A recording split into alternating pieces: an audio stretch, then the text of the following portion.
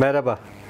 Bu Kolombiyalı dansçılar, orada yaşayan insanlar, yani Kolombiya'nın salsa dansını icra eden kişiler deliler mi yoksa akıllarından zorları mı var? Ki bu kadar hızlı ve çevik bir dansa hani gönül verip onu geliştirmeye çalışıyorlar. Ya da hakikaten bunun için çalışıyorlar mı? Yani böyle bir dertleri var mı? Neden bu Kolombiyan salsası bu hale geldi? Footwork'leri neden bu kadar hızlı oldu? Akrobasiler neden dünyada hiçbir yerde göremeyeceğiniz türden? Ya bir karar verelim. Kolombiya mı, Küba mı salsanın başkenti? Bu Kolombiya'daki kabare kültürü nedir? Salsa gazinosu mu bunlar? Bu da yeni bir terim olsun. Salsa gazinosu. Bu çevik kızlar nereden çıkıyor? Ne yiyorlar? Ne içiyorlar da bu hale geliyorlar? Colombian style mı? Salsa calena mı? Yani Cali style mı? Hangisi doğru? Ya orada yaşayan halkın salsaya bakış açısı nasıl? Kısacası bugünkü sohbetimizin konusu Kolombiyan salsası ve gelişimi. Ben olsam bir çay kahve alırdım. Bilgi dolu bir video sizleri bekliyor. İyi seyirler.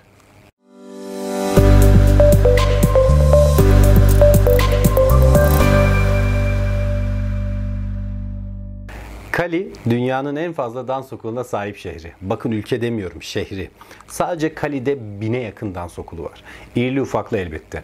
Bu okulların birçoğu ise vakıf özelliği taşıyor. Böyle gençleri suç veya kötü alışkanlıklardan uzaklaştırarak dansa yönlendiriyor. Cali aynı zamanda da Pasifik kıyılarına en yakın başkent. Aslında Küba, New York gibi diğer salsa dansının yaygın olduğu ülkeler böyle binlerce kilometre uzakta. Ama bugün dünyada salsanın başkenti olarak Cali anılıyor. Cali tarihi üzerine ve salsa tarihi üzerine aslında 11 tane kitap yazan Humberto Valverde bu konudaki önemli bilgi kaynaklarından biri. Valverde'ye göre 1851'de köleliğin kaldırılmasının ardından Cali yavaş bir kentleşme sürecine girdi. Kırsal kesimde devam eden zorluklar, sanayi devrimi öncesi madencilik koşulları insanları şehir merkezlerine yavaş yavaş itti. 1930'lara gelindiğinde radyo açık hale geldi ve insanların yavaş yavaş evine girmeye başladı. Bu sayede Cali, Kübalı sanatçılar ve onların eski koloni müziklerine yavaş yavaş kulak kabartmaya başladı. 1936'da Cali'de yalnızca 4 yayın istasyonu olmasına karşın 5 yıl içinde bu sayı onu geçti. 1960'lara gelindiğinde Küba'da yaşanan müzik patlaması tüm bölgeyi etkisi altına aldı. ABD'nin ambargosunun kalkmasından sonra Kübalı müzisyenler hızla ve yoğun bir şekilde Amerika'ya göç etmeye başladı. Yine bu yıllarda kendi müzik kültürlerini beraberinde getiren Latin Amerikalılar yavaş yavaş Amerikan radyolarında çalınan böyle rhythm and blues başta olmak üzere pek çok türle kendi müziklerini karıştırmaya başladılar. Bunu takip eden kısa süre içinde New York'ta pachanga ve bugalo gibi müzik türleri ortaya çıkmaya başladı. Harika. Peki bu durum Cali'yi nasıl etkiledi? Gelin buna bir bakalım isterseniz. 1957'de Cali'nin üst sınıf böyle şeker kamışı mahsulünü almak için büyük bir festival düzenlendi. Bu arada bu festival kapsamında işçi sınıfından vatandaşlar topluluğun ihtiyaçlarını düzenlemek için dans etkinlikleri düzenlemeye başladı. Aslında karnaval her yıl düzenlenen bir boğa güreşi etkinliğiydi. Ama günümüz adıyla salsa müzisyenlerinin şehre davet edilmesinde büyük rol oynadı. Gün geçtikçe daha fazla müzisyen bu davetleri kabul ederek şehre gitti. Dikkat! Bu festival Feria de Cali olarak bilinir ve şehre bugalu, pachanga ve diğer müzik türlerinin gelmesindeki en önemli paya sahiptir. Artık ufak müzisyenlerle zaman kaybedilemezdi. Öncü bir salsa ikilisi olan Richie Ray ve Bobby Cruz 1968'de Feria de Cali'de çalmaya davet edildi. İşte bu dönüm noktasıydı. Artık böyle kalıcı olarak bu müzisyenler festivallerde yerlerini aldı ve toplum bu kültürü benimsedi.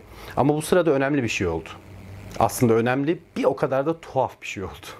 Cali'deki DJ'ler bir plağın 33 RPM'de mi yoksa 45 RPM'de mi çalınacağını pek de umursamıyordu. Aslında umursayanlar da ellerinde kaliteyle ekipmanları sahip değildi. Belki de bilmiyorlardı. Bu yüzden Cali DJ'leri plakları kayıt hızının neredeyse 2 katı hız ile çalmaya başladılar. İnsanlar da şarkıların orijinal halinin böyle olduğunu düşünerek dans etmeye başladı. Komik gerçekten. Bu durum özellikle Richie Ray'i oldukça rahatsız etmiş ancak elinden de pek bir şey gelmemiş açıkçası. Sonuçta bu hızda sesi oldukça tiz çıkıyordu tabii ki ama yapacak da bir şey yoktu. Şimdi süreç başlamıştı. Cali'deki dansçılar bu hızlı ritimlere uygun ayak hareketlerini geliştirmeye başladılar. Herkesin yaptığı basit akrobatik figürler onlar için çok daha hızlı bir hale geldi. İşte bu noktada genetik olarak son derece çevik olan yöre insanı bu figürleri kolaylıkla yapmaya başladı. Süreç Kali için Kali salsasını dünyadan yavaş yavaş ayırmaya başlamıştı bile. Salsa Kalena temel adımı Cumbia'ya dayanmakta aslında. Ancak şöyle bir bakıldığında günümüzde pek de çok benzerlik kalmamış gibi görünüyor. Bir de ne oldu biliyor musunuz? Tüm bu tuhaf gelişim yetmezmiş gibi Kali gece kulüplerinde bu dansa ait yarışmalar düzenlenmeye başladı. Kimin daha hızlı ayak hareketleri var, kim daha çevikse onlar en iyi dansçılar olarak görüldü. Evet. Buyurun bir de buradan yakın. Takip eden 20 yıl içinde Kali stili figürleri, adımları, içeriğiyle tamamen oturdu ve bir kültür haline geldi. Yani gördüğünüz gibi bir hatadan doğan bir dans türü belki müzikler doğru hızda çalınsaydı bugün bambaşka bir salsa türü olacaktı. Kim bilir.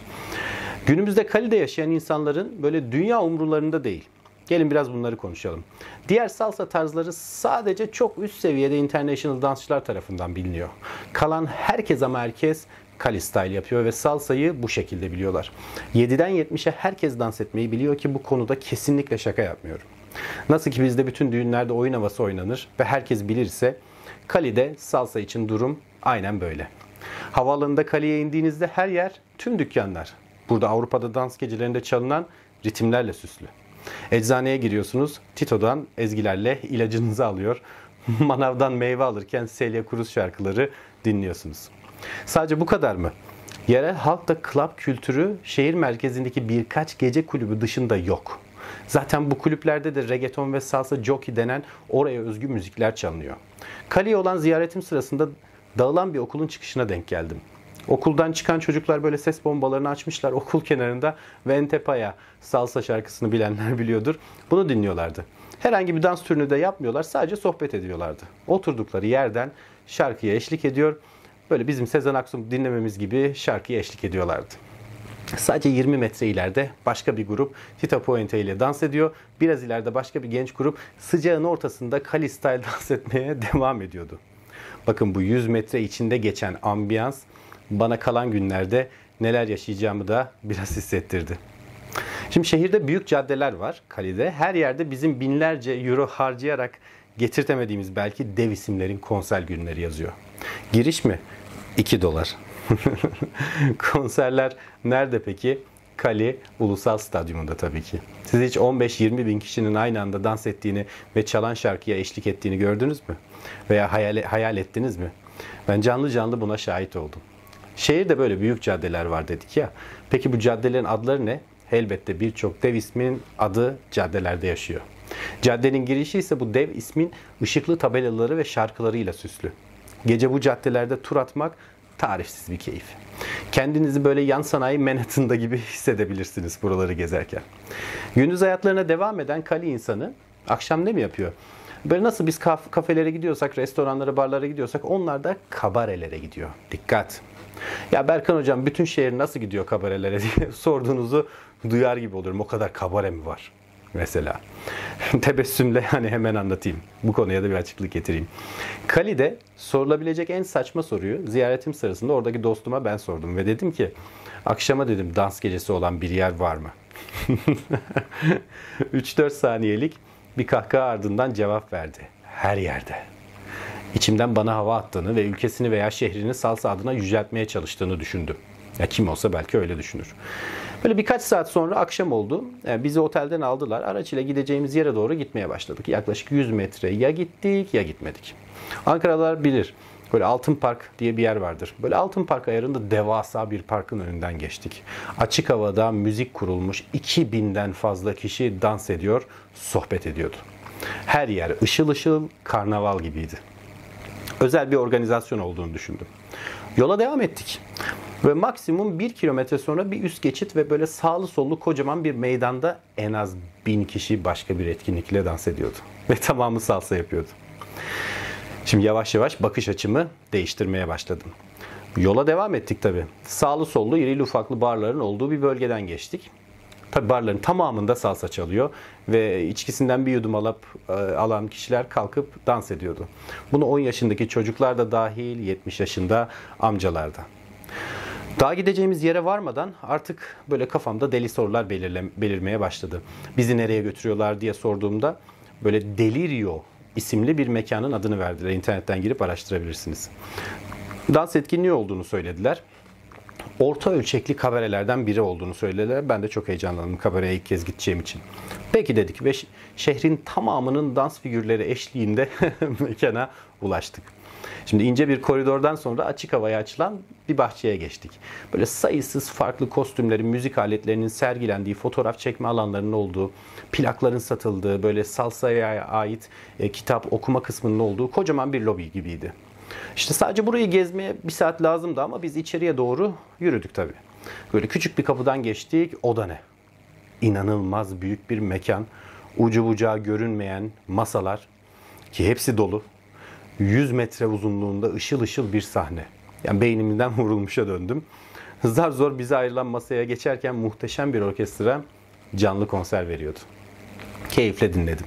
İçeride en az 3000 kişi vardı ve sürekli insanlar gelmeye devam ediyorlardı. Bu ara konser bitti ve şov başladı. Perdeler açıldı, ışıklar vesaire. Bugüne kadar gördüğüm en güzel, en muhteşem, en akrobasi dolu, en kusursuz salsa gösterisini oradaki profesyonel dansçılar eşliğinde izledim. Yaklaşık bir saat süren bu gösteri sonunda 3000 kişi ayağa kalktı ve dans etmeye başladı. Biz de dahil.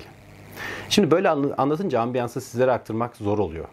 Ama dilerim ki hepiniz bu ambiyansı yaşama fırsatı bulursunuz. Adı unutmayın. Not edin bir yere. Delirio Kabare.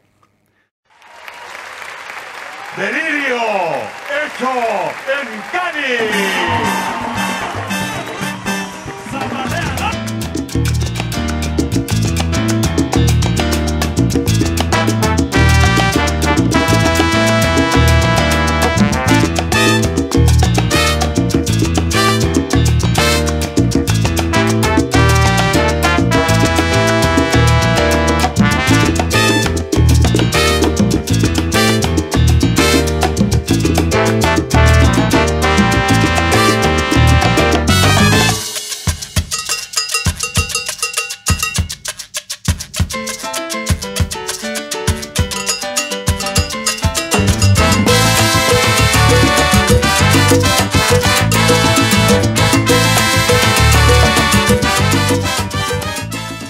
Neyse buradan çıktık hep beraber. Yalnız yanlış olmasın, program sabaha kadardı ama tabii biz ayrıldık. Arabaları doldurdular. Bir yer daha göstereceğiz dediler. Artık hepimiz merakla yeni mekanı beklemeye başladık. Yeni mekanın adı El Mulato Kabare'ydi. Cali'nin en profesyonel VIP kabarelerinden biriymiş. Gidince öğrendik. Yine muhteşem bir şov, sahne ve görsel şölen. Bu arada şehir tam kadro dışarıda dans etmeye devam ediyor. Bunu unutmayın. Şimdi gelin küçük bir kısım isterseniz El Mulato Show'dan kesit izleyelim. Bizzat kaydettiğim bu görüntüler ile ambiyansı belki size biraz daha yaşatabilir. Unutmadan bu izleyeceğiniz kısa video en küçük VIP gösterilerden biri olan El Mulato Kabaret'e ait. Yani varın gerisini siz düşünün. Hadi o zaman izleyelim.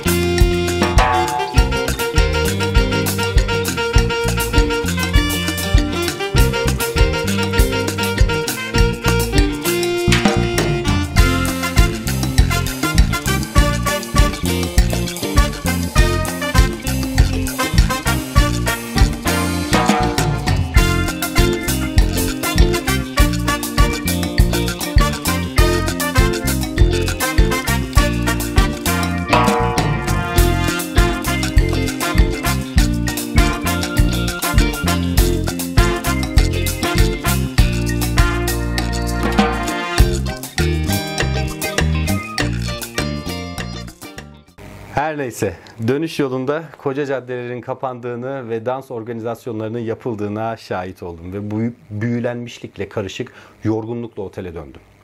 Şimdi bu anıları bakın ben ne kadar gezdim diye anlatmadım size. Şehrin dans dinamiğini anlamanız için aktardım. Böylesine salsa ile iç içe bir şehirden bahsediyoruz. Bu arada peki bachata? Kaldığım dönem zarfında hiçbir şovda veya yerde bachata müziği duymadım. İnanılmaz değil mi? Bolca şaça, kumbia, salsa, Küba müzikleri dinledim ama bachata'ya hiç denk gelmedim. Alın size bir bomba daha. Şehrin salsa kültürüne olan girift halini daha güzel ne anlatabilir ki? Sonuç olarak sadece bir gün içinde neden Cali'ye salsanın başkenti dendiğini ilk elden anladım ve şahit oldum. Sizlerle de bunu paylaştım. Artık takdir ve yorumları sizlere bırakıyorum. Sonuç olarak Cali kesinlikle salsanın bence de başkenti. Şimdi genetik olarak Afrika ve Afro-Latin halkın genlerindeki bu sportif kabiliyeti zaten hepimiz biliyoruz. Bu kabiliyet Cali Style'in gereksinimleriyle birleşince ortaya böyle bir sonuç çıkıyor. Hayranlıkla izlediğimiz birçok dansçı Cali'de eğitim alıyor ve kendilerini geliştiriyor. Sadece Cali'de 1000'e yakın dans okulu olduğunu söyledik zaten. Hepsi tüm Kolombiya'da yapılan, Bogota'da, Medellin'de düzenlenen büyük organizasyonlarda boy gösteriyor ve birbirlerinden farklı performanslara sürekli imza atıyor. Kabare kültürü doyasıya devam ediyor Cali'de. İnsanlar hep beraber her akşam farklı kabarelere gidiyor, sosyalleşiyor. Böylesine sosyal bir ortamda insanlarda aynı sıcaklık ve samimiyeti tabii ki koruyorlar. Kendilerine ait dünyada dış dünyadaki dans adına gelişmelerle hiç ilgilenmiyorlar. Basit ama keyifli hayatlarına böyle devam ediyorlar. Danslarını dünyaya yaymak gibi bir dertleri de yok. Nasıl olsun ki bir dans ne kadar kolay öğrenilebiliyorsa ve ne kadar yavaş ise dünyada Latin dansları olarak o kadar hızlı yayılır. Cali Style salsa için bu durum zaten söz konusu değil. Bunu kabullenmiş olan Cali halkı kendi kültürleri haline gelen bu dansı yaşatmaya devam ediyor. Bir de ara sokak partileri var. Hiç onlardan söz etmedim. Bence Cali'de her sokakta karşınıza çıkabilecek manzarayı bence şu videoyla özetleyelim.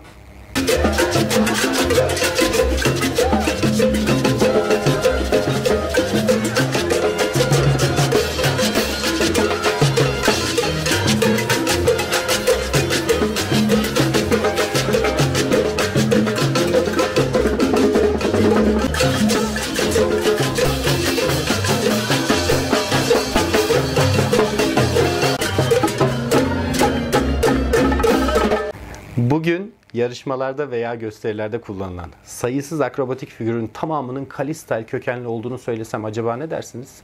Aslında siz ne derseniz deyin. Bugün salsada kullanılan tüm akrobatik figürler Cali Style kökenlidir.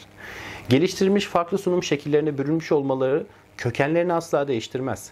Bugün Cali'de bir salsa sınıfına kayıt olursanız 3. ayınızda akrobatik figürler öğrenmeye başlıyorsunuz. Ve işin kötü tarafı hepsi de katılımcılar tarafından yapılıyor. Ziyaretim sırasında böyle salsa müzesini gezme fırsatım da oldu. Hemen yanında var olan dans okulu sahibiyle bir dersi izledim.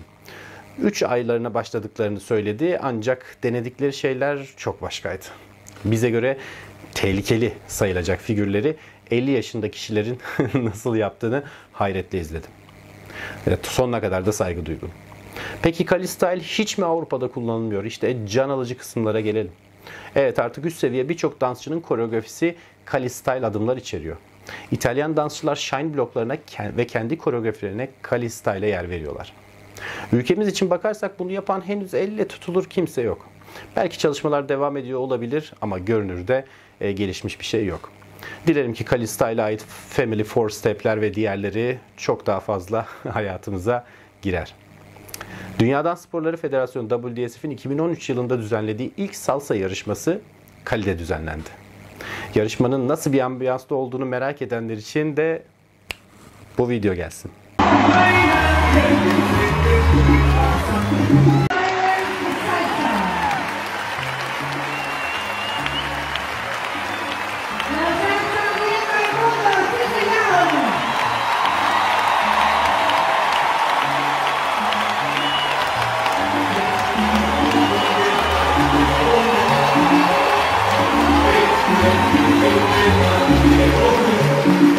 Günümüz salsa starlarından Antonio ve Jasmina Berardi kardeşler de yarışmadaydı.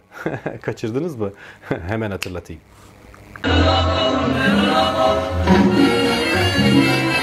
Şimdi fark ettiniz değil mi? Neyse.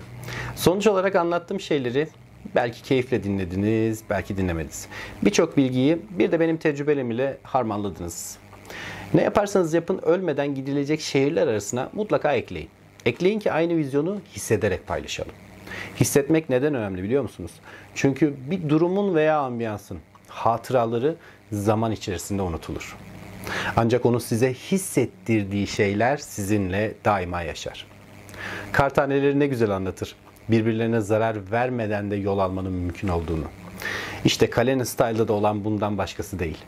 Hiçbir gelişimin önünü tıkamadan, kendi yollarında kimseye zarar vermeden bugüne gelmiş bir salsa türü Kali Style. Yağmur yağdığında bazı insanlar yağmuru hisseder. Bazıları ise ıslanır.